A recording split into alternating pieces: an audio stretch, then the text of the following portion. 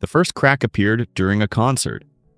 A bass note rolled through the crowd, deeper than expected, vibrating ribs and teeth. When it hit its peak, the concrete floor beneath the stage rippled like water. A thin fracture split across it with a sound like tearing cloth. The music stopped. The audience screamed. By morning, the video was everywhere, slowed down and replayed 1,000 times. The ground had not broken from weight or heat. It had broken from sound. At first, scientists thought it was resonance, a freak interaction between frequency and structure. But then it happened again. A subway train screamed to a halt, and the tunnel walls bowed inward, stone folding like clay. A thunderclap during a storm carved shallow grooves into a hillside. Even laughter, too loud, too sudden, sent fine cracks spidering across glass windows. Sound was no longer invisible. It had mass, direction, force. The world had always vibrated. Now it remembered. Cities changed within weeks. Silence became architecture. Buildings were redesigned with curves instead of corners. Surfaces meant to scatter sound before it could gather strength. Streets filled with soft materials. Churches once built to amplify voices fell quiet, their vaulted ceilings suddenly dangerous. Language became cautious. People learned that sharp words left marks. An argument could dent a wall. A scream could collapse a stairwell. Police stopped using sirens after one shattered an entire intersection, asphalt peeling upward like bark from a tree. Ambulances moved in eerie quiet, flashing lights replacing wails.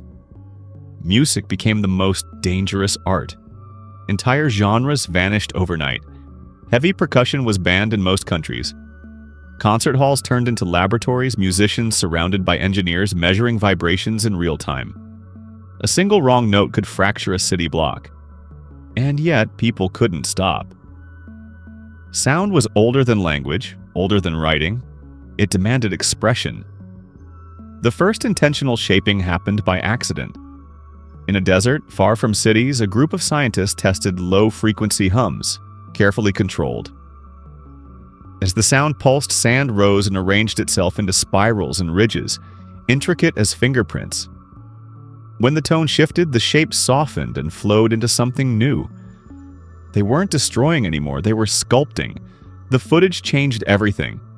Sound architecture emerged as a discipline overnight. Cities learned to grow instead of break.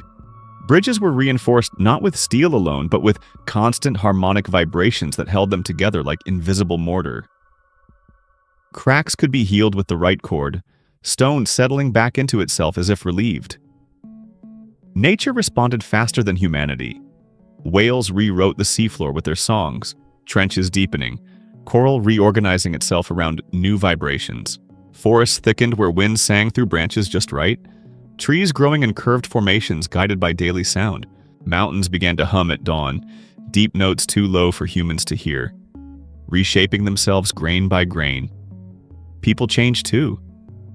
Voices mattered now in ways they never had. A whisper could smooth a surface.